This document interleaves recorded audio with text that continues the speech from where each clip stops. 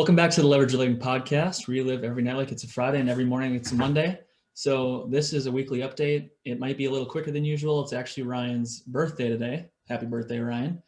There are some people here, some of his buddies, and we're having a little get together. I do have more friends. I have more friends than just Bryce. So, so let's get it started. What are you drinking today, Ryan? So, I'm keeping it pretty light, pretty loose and conversational. It's early. It's early. Yeah, it's early in the day. I don't want to go too crazy. So, I had the mango Carp beer before. This is another mango infused beverage. Honestly, let me take a sip here. It's perfectly balanced. Light, sparkling body. You can definitely tell the sweetness that it has from the pineapple juice and the tartness of the fruit. I would say that it has a sparkling effervescence. What's the fruit flavor on that one? Pineapple mango by Vizzy. So yeah, it's a nice smooth drink. Maybe the perfect hard flavor seltzer if you want a little subtle lingering mango for your palate. That sounds pretty good. How about you? This is actually, you can hear people in the background maybe, but this is a Boom Island. This is the brewery in Minnetonka, Minnesota. It has, let's give it a little taste. I've tasted it already, but we'll see. Ooh, yep, it's a Belgian style ale. Combines light hop bitterness. It's got a little toasted malt backbone though, if I had to say. Oh. A delicate peppery spiciness. Finishes a little bit medium to dry. Hint of malt flavor returning for an encore, though, I'd say. Keep coming back for more. A little bit of the malt. I like it. Yeah. It's not bad. It's not bad. Definitely would recommend. All right, so let's get into what everybody's here for. Let's talk about some market moving news. Yeah. There's a momentum shift this week. We ended a 3-week string of gains. Majority of the stock index has slipped around 1%. We're entering the busiest stretch of the earnings season too, so that's kind of interesting. We saw some strong quarterly earnings. Stocks couldn't quite recover from the Monday decline. It was fueled by a setback in the Congress, negotiations over the coronavirus relief package. So something to look forward to, hopefully if that gets passed. And then there's some delayed relief. Another on again, off again week. The prospects further congressional aid to deal with the coronavirus economic impact. Yeah, there's quite a bit of uncertainty as we've seen. I don't know if you did you watch the debate? We haven't talked about this yet. Yeah. So a little more composed than the first one. So. Yeah, a little bit. Muting the mics, I think, is a big help. That's smart. So when the top White House economist. Monocanist. Yeah, something like that. Oh man, too early. They appeared to have stalled the talks about the package. So it sparked another concern that maybe they might not approve the next round of stimulus. So we'll see how that comes out. We'll keep talking about that as news comes out. Yeah, still nothing to count on there, but I do think at the end of last week it looks like there might have been some optimism with conversations, but we'll see. In other news, China, their government reported their economic growth, and that was at a 4.9% rate in the third quarter. So it's good to see another country rebounding from the pandemic. Yep. Even though who knows what kind of substance goes into their figures, but there was it was faster than the 3.2% increase they had for the second quarter. So it was a good sign that their economy is rebounding well. And hopefully we can follow suit. I think that we have. I mean, I don't know if we have the government officials in place to help us with that, but it's hard to say. We'll see how it goes. Then we had some volatility over in Europe as well. It was a volatile week for the European stocks. They had strong earnings resulting from the banks and automakers. They lifted up the European index pretty high. The stocks that tumbled earlier in the week were worried about the economic impact of the surging coronavirus as well. They're having more cases over there as well. So all over the cases are going up. We even saw oil prices slipped a little bit below $40 a barrel. I think whenever COVID ramps up, people worry about, is there going to be less driving, definitely less flying. And then there's still increasing output from other countries like Libya. So it's not good for the supply and demand curve in the oil space. And this Thursday, we're keeping an eye out for the United States' economic release on Thursday. So I'll be interested to see what our data shows. And,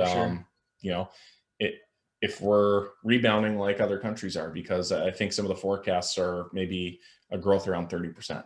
That's good to know. I mean, with the possible threat of another shutdown causing those oil prices to go down, I think, it's going to be hard to tell what's going to happen. But yeah, like you said, that 30%, that's a interesting marker. Yeah. And then going into the SPAC market a little bit, we like our SPACs. Diamond Peak Holdings actually changed their ticker to RIDE, RIDE, this morning around 2 a.m. So I think that'll be, we've seen a pretty big decrease in the SPAC market coming around the election season. Yeah, for prices. Yep.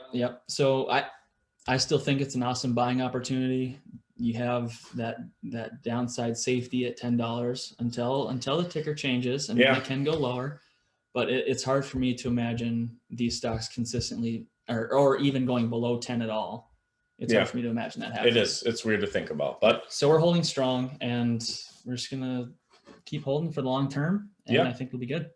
I'll talk about some of our earnings for last week when some of the activity picked up in the earnings space. So IBM reported their revenue was down once again. So they're down. They're off about 9% from their high, but dividend yield's looking a little better, and they're committed to paying. So good dividend payer. Yes, they are. Yes, they are. Netflix, they didn't report what Wall Street was looking for. I think their subscriber growth was a little weaker than was hoped. So they're down about 9% too from last week. And I think the biggest mover from earnings the prior week was Snapchat. So their stock is up about 56% in the last week. So yeah, I wish I'd have got more on that one. They're cruising. Coming up this week, we have a couple notable earnings reports. We have 3M, Pfizer, AMD, Microsoft, Etsy, Gilead, Teladoc, Visa, Spotify, Shopify, Apple, Amazon, Maybe Facebook. we can pop up the graphic right here. Oh, okay. Yes, we could do that.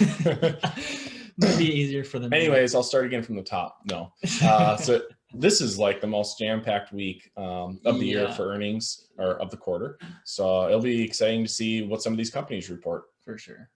Now let's talk about some of the trades we've made. Why don't you talk about the TikTok series you're doing? Oh yeah. So on TikTok, I'm doing a thing where I'm going by age group, starting off with, your teenagers, college years into middle age, and then further into adulthood, and just going off different ETFs based on whether you're more income based or more growth based. So obviously growth based will be for the younger generations, and income based will be for the more elderly or middle to higher age. So yeah, check it out on TikTok. There's going to be about 5 videos in total, I believe, something like that. Not quite finished with it yet, but yeah, it'll be just a good little snapshot of what to look for when going into an ETF. Yeah, I think they're really well done, and it's really simple too. So yeah, quick and easy. That's nice. So one of the trades I suggested in the prior episode was SBE, Switchback Energy, doing the put sale. That trade is up about 15% and still holding strong. I also talked about Mind Medicine. I don't think that's moved too much in either direction since I mentioned it the prior week, but still up over 30% and holding on that position as well. Do you have a price point at all for that MMEDF, or have you not looked at it? I mean, it's pretty new, so I was just curious. For me, I'm thinking just with how the infancy of the sector or the industry. Right, it's a new space. Yeah, so I'm thinking really long term. I haven't thought about an exit strategy on that one. What is it roughly now? Is it about $1? Oh, sure. Okay, gotcha. Yeah, so still a really small company, but there's a chance they might be uplisted to the NASDAQ from the over-the-counter exchange. Oh, awesome. So then I can get it on. Then the Robin Hooders can get in. And then I just want to talk about Nikola quick. I talked about selling puts on it last week. It was at $19 a share ending on Friday, and it actually ended this last Friday at 22.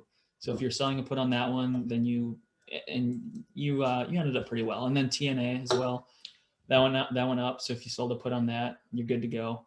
I'm going to keep selling puts on both of these companies, take that premium and run, because they're both doing well right now. So yeah, those have been some good calls. It's my suggestion. And then we talked about Fubo, not Fubu. Damon John's company. Yep. It was up 17% at the end of last week. At the end of this week, it was up another 9.5%. Wow. So, I mean, would have been a good one to follow. Yeah. So, you might expect a pullback with how rapidly it's grown. So just wait for it to dip. I would say at this point, but yeah, put that on the watch list for next week. I have a couple that I've made at the end of last week, and I think are going to be great for the week or weeks ahead. One is in the SPAC, or it is going to be a SPAC transaction. It's actually called the Submersive Real Estate Acquisition Company. So it's a real estate investment trust that currently has an agreement with the SPAC. I'll populate the ticker so you can see it, but this is it's a niche industry for a real estate investment trust. So they are focusing on managed cannabis spaces or locations, and they're looking for best of breed. So high traffic stores that are in marquee locations across the United States. And this company is targeting a 7.5% monthly dividend yield after the merger is completed. So I like the tangibility of the real estate, obviously in good locations, like I said, and the cannabis industry is only going to be growing. And it's also, I think when people have that habit, I think that it's not something that they put on the back burner if there's some economic stress. So for sure. And not to get political again, but of course, Biden talked about legalization if he is elected. So yeah, I mean, where we're at now, obviously there's some states that are open to it, and it could even become more widespread. Yeah, that's a good call. Depending on the political outcome. I like that idea. The other one that I picked up is QQQJ. So it's kind of a spin-off or a different version of a tech holding ETF. So you're familiar with QQQ, which is essentially just the NASDAQ. And some of our concerns with that index are, how big can Apple and they're mature stocks. Yeah, that's what they're. Apple, Amazon, Facebook, Google. How big can these tech companies continue to get before it just gets hard to manage when you're over $1 trillion market cap, and governments start talking about breaking you up. So the beauty of QQQJ is that it's getting in the tech space, but it's some of these smaller cap companies that we hope to see the same growth we saw from the big mature tech companies. Yeah, you have much more probability for exponential growth with these young companies that are just getting started, and with them being in that 100, that means that they have good guidance towards higher rises in stock price. So yeah, like you said with that QQQ, they're mostly mature stocks. Your Microsoft, Apple, Facebook, all those big ones. So yeah, this one just listed on October 13th. Yeah, it's pretty fresh. It's sitting at $26 right now. So I think it's well worth the spec play. It's an ETF, so how speculative is it? But it's new, so it's nice because you can have that exposure to some speculative companies, but you're well diversified, and you don't have that singular company liquidity risk or bankruptcy risk or whatever. Right. So it's not going to hurt you. Yeah, it's a good diversified way to play the space.